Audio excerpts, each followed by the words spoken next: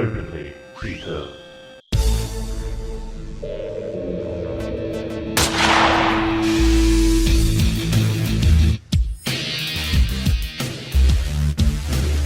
Hello everyone, I'm Jamie and this is the FPS show.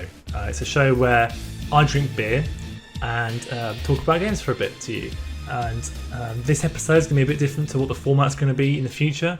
I'm going to be sticking to more topical gaming news, but this one, New Year's Eve, let's talk about 2020 games. And while I do so, I'm going to be drinking this beer. It's called Grand Prestige by Hertog Jan. I'm pronouncing it Jan, it could be Jan, but I doubt it's Jan. Hertog Jan, I'm going to say. Really cool looking beer. I've poured it out here. It's quite a dark colour. I was expecting it to be a blonde Belgian kind of beer, but it doesn't seem to be. It's a coppery colour. Let's talk about some 2020 games.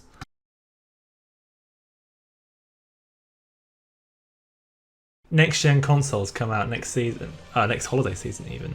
That's going to be a big deal for the Switch. So I'm going to be talking about the Switch first. These consoles are rumoured to have 10, 11 teraflop GPUs. These consoles are going to be really crazy. But the biggest deal about them is the rumoured AMD Ryzen Zen 2 processors that are going to be inside them. I'm currently got a Ryzen 3700X in my desktop. It's lovely. It's great value, you know. I really like it. Awesome purchase. Cost me £300 though. That's the price of a PlayStation 4. In fact, it's not even the price of a PlayStation 4. That's like the launch price of a PlayStation 4, roughly. I think the PS4 is £350.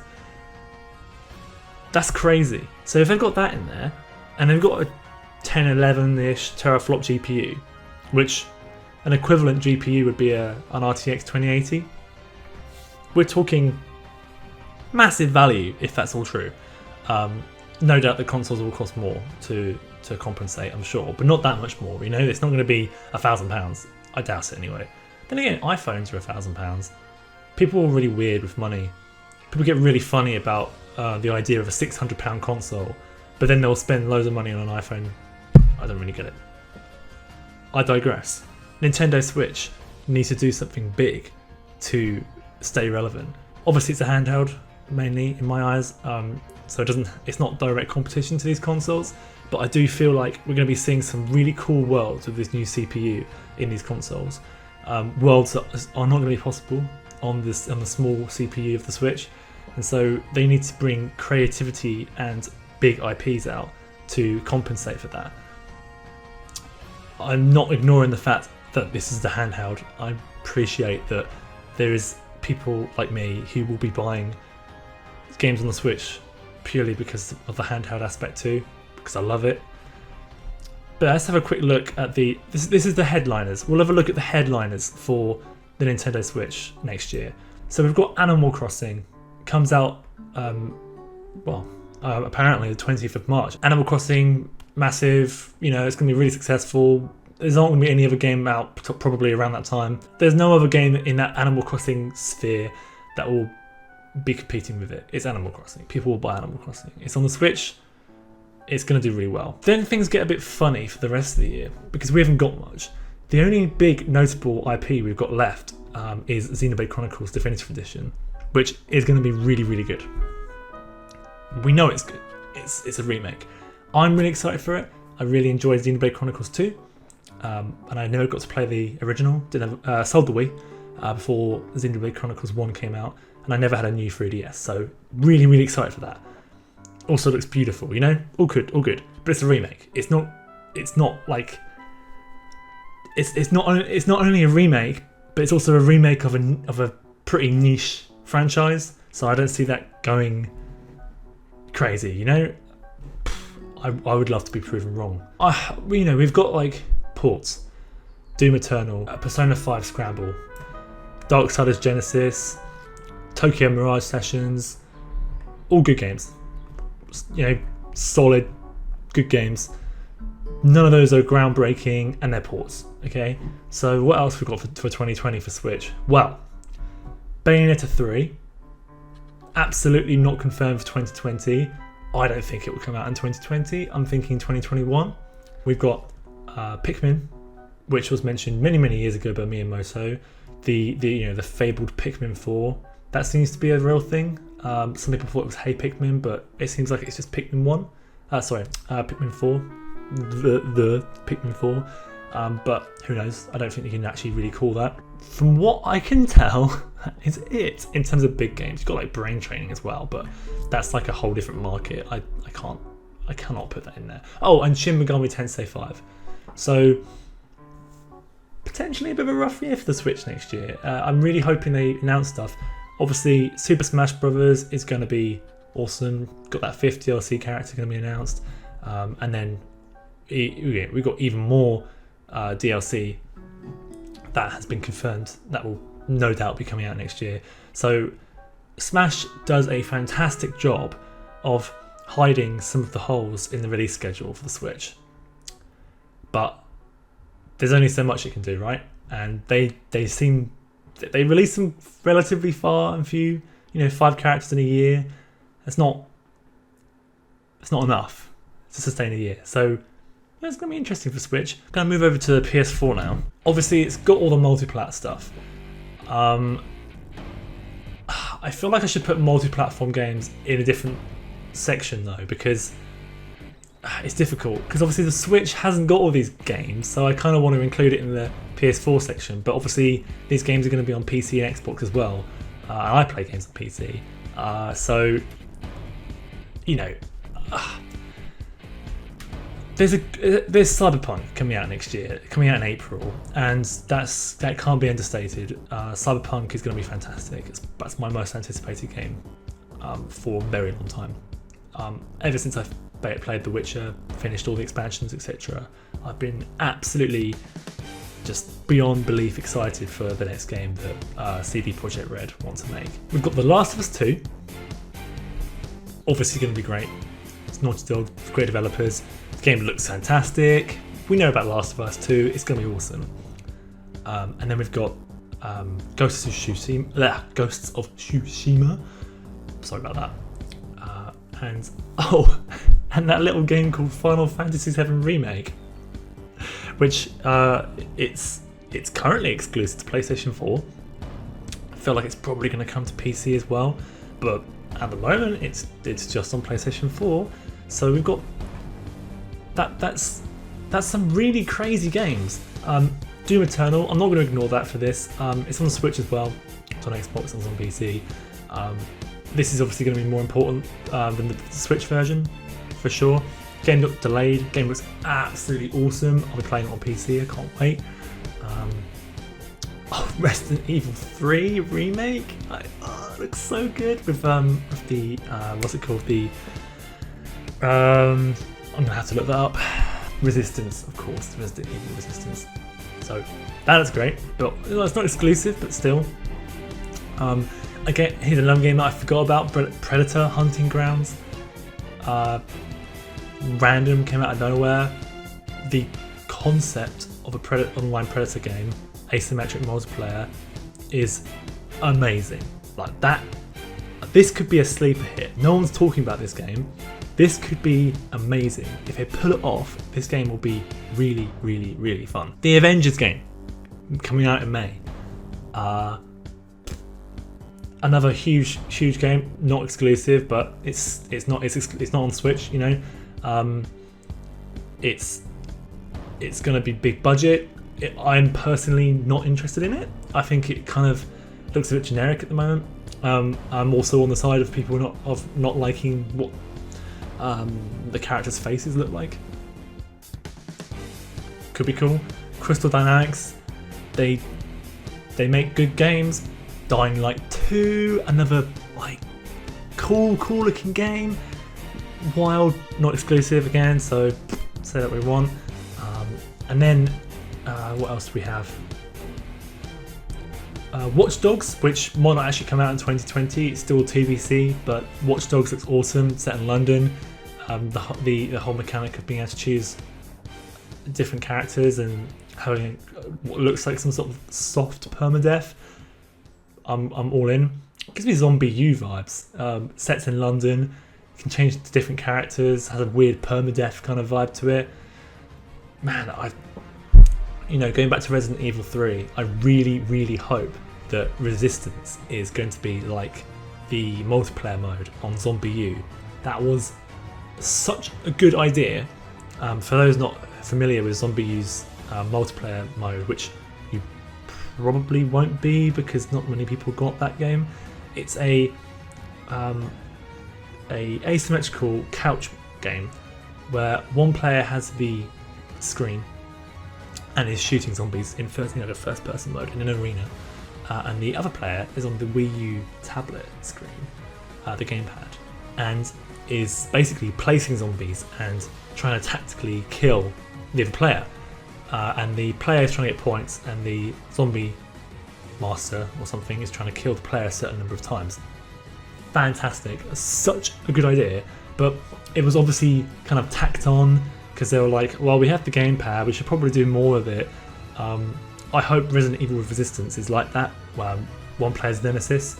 No, it was like one player's like the Overlord or something. It looks really similar to Zombie U, which is really, really exciting. I'm really looking forward to that. And then there's like speculation territory, like Beyond Good and Evil 2. Who knows when that's going to come out? That's going to be a big game. Lots of other games. I feel like it's a little bit pointless speculating too much into the future of PlayStation 4 when we know for a fact that PlayStation 5 is coming in Christmas next year. So I think any game that we predict for the PlayStation front, I think we can probably quite solidly put it in the PlayStation 5. And I would say that most of the games that are coming out on PlayStation 4, particularly the third-party games, I think it's very, very likely that we're going to see them cross-gen. Game, especially a game that's coming out on PlayStation 4 towards the end of the year. What, you'd be crazy not to make it a PlayStation 5 launch game. Like RE3, it's going to be on PlayStation 5, and I can see that happening. So, what a beautiful beer to end the year. Right, should we talk about Xbox a bit? So I'm having a look at the Xbox games. I'm having to Google these because I don't follow Xbox. Not because I don't like Xbox, and obviously as a PC gamer primarily, most Xbox exclusives are now coming to PC. There just aren't that many Xbox exclusives anymore. And having a look at what's coming out in 2020 for the Xbox, it's basically all those third-party games that I mentioned for the PlayStation segment I just did, and not anything else. There's probably there's no doubt going to be an exclusive right next year for Xbox. I'm aware of that, but looking at this list of games, I don't think there is any big exclusive Xbox game coming out next year. Based on what we've seen from Xbox, unlike Sony, who are still very much keeping the PlayStation 5 under wraps, except for like small things like the name and stuff. Xbox are talking next gen, and they're going for it. This is it. Like, they brought up Halo Infinite and they showed the Xbox Series X footage, but they didn't call it Xbox Series X at the time. It was Project Scarlet. Now, with the Game Awards showing off Hellblade 2, which looks so good, and that being a Series X exclusive, this year we're going to see heavy emphasis on the Series X. They don't care about the Xbox One as a brand. I don't think they're going to care about anymore. I think what they're more interested in now is selling the Xbox as a brand, as a platform. So, the Xbox Series X, it's going to be a series of consoles, isn't it? And they want to, clearly, they're going to heavily promote PC and PC crossplay with these Xbox games. Hellblade 2 has been confirmed for PC as well. So I think we're going to be seeing this is Xbox. Here's the the X Cloud, and all the cool things that they're going to be doing. Obviously, the Games Pass. I think actually the biggest game announcements, other than for the Series X, are going to be this third-party game is coming to Games Pass. Like Cyberpunk. Who knows? That'd be crazy. I've mentioned PC a lot, and I haven't actually talked about PC exclusives. I've been playing a lot of Deep Rock Galactic, which is a PC exclusive. It's games like that where I see them on Steam, like that looks really good, and they're often early access, to be honest. But those are the sort of games I really gravitate to, and I'm like way into Red Dead 2 at the moment, so I'm not playing any other game. I've also got a subscription to Humble Monthly, which has been recently renamed to Humble Choice, I believe, so I'm getting this trickle of games coming. I got Shadow of the Tomb Raider. I was never going to buy Shadow of the Tomb Raider, but I think I might play Shadow of the Tomb Raider now that I've got it for free. Soul Calibur I still have to play through. So my perspective of PC games is a bit rubbish at the moment. I'm kind of, when it comes to PC games I look forward to, they're almost always third party. You know what I mean? Not third party, but multi-platform, like Cyberpunk and Red Dead 2. And the games that are PC exclusive often creep up on me, or it'll be E3 and I'll see a trailer and it's like, ooh, hang on a minute, that's coming to PC only.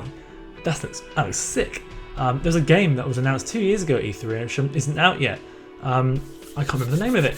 And you build. It's a big first-person game where you build a huge factory, and it looks awesome. So games like that are really exciting for me. So let's have a quick look at what we've got.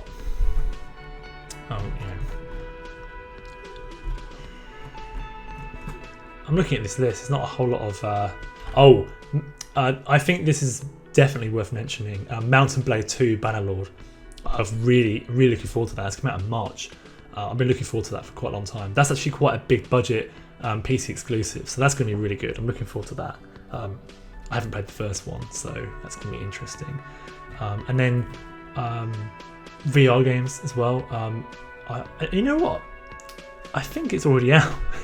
There was a game that came out, I think it's December even, and it was funded by Oculus Studios, and it was a big open world robot game.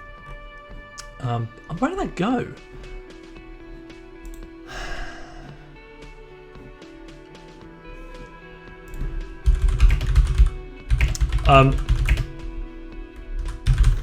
Obviously the real big one. Oh yeah, Stormland. Did it ever come out? It said it comes out.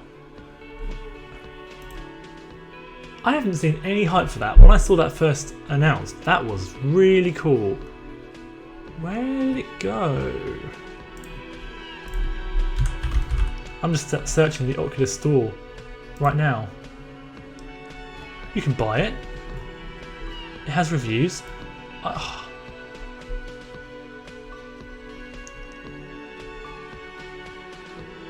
You know what?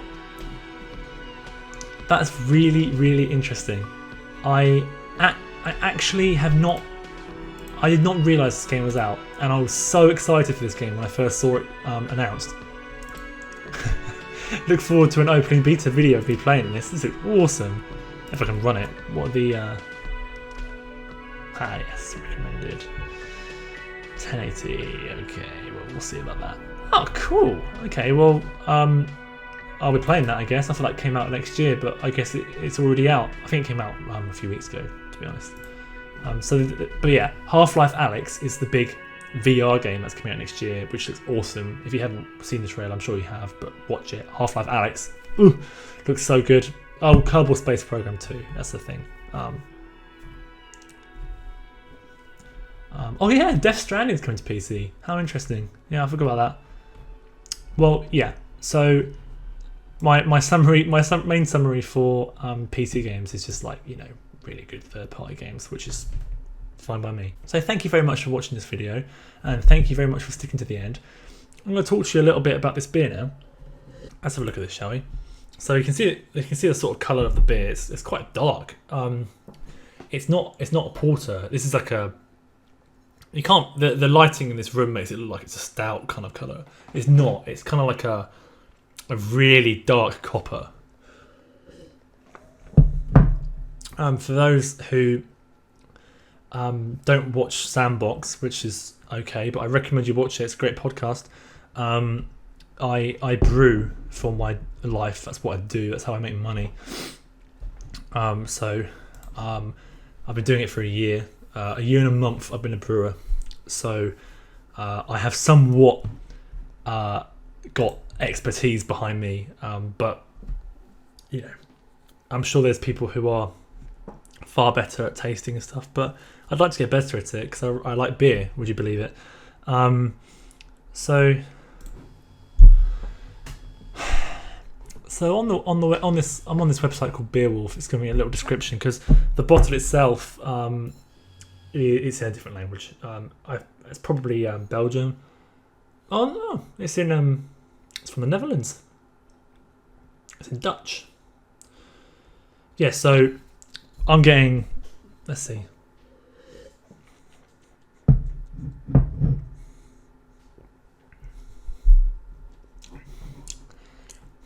It's not what I expected it to taste like when I got this.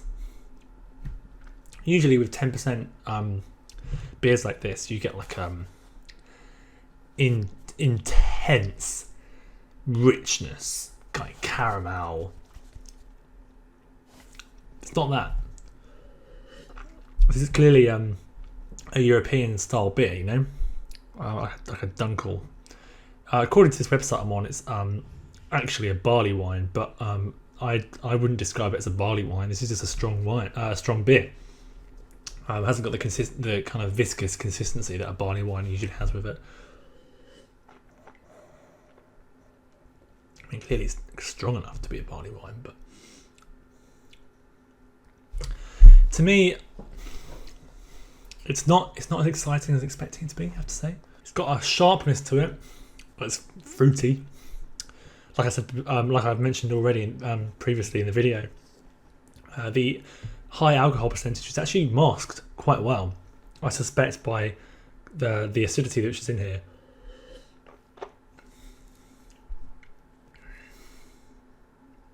But there's still, although it's not as intense as I expected it to be, there's still that caramel, toffee coming through there, which gives it like a warmth to it. This website describes it as a full-bodied and round beer with great intensity and complexity. Tons of roasted malt, caramel and chocolate combined with the power and warmth of the alcohol. Definitely chocolate in there. I wouldn't say, I wouldn't say tons of roasted malt. For a European beer, sure. It's hardly it's not a stout. But no, it's recommended served at 0 degrees, which mine was at 4 degrees, but perfectly drinkable in my opinion. I don't like beers being cold, you know, not too cold anyway. It really just saps the flavour out of them. I'd recommend having it, stick it in the fridge. Don't have it at room temperature, but stick it in the fridge and it'll be fine. You don't need to get it down to like a freezer level. I think that's too much. Yeah, if you're a fan of European Dunkel style beers, darker beers, you wouldn't say no to this. You wouldn't turn this down. Really delicious. Really tasty. So, with that, thank you very much for watching this video. I hope you enjoyed. That was the first episode of the first person show. So, have a lovely rest of the day, whatever you're doing. It's gotten very dark in the time that I've been filming this video. Yeah, have a great time. If you enjoyed this video, there's other videos we do on Open Beta as well. Me and my co-creator person, Jack, we make reviews for games. We do podcasts. We do lots of playthrough type series videos. We also do podcast, which I mentioned before. Podcast is called Sandbox. Much longer than this video. It's like a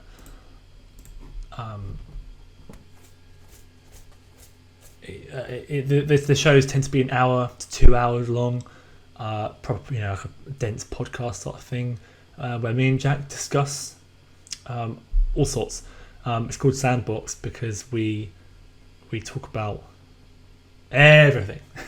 Films, movies, TV shows, games, shockingly, and quite often we talk about beer as well. So if you fancy a podcast like that, do check that out.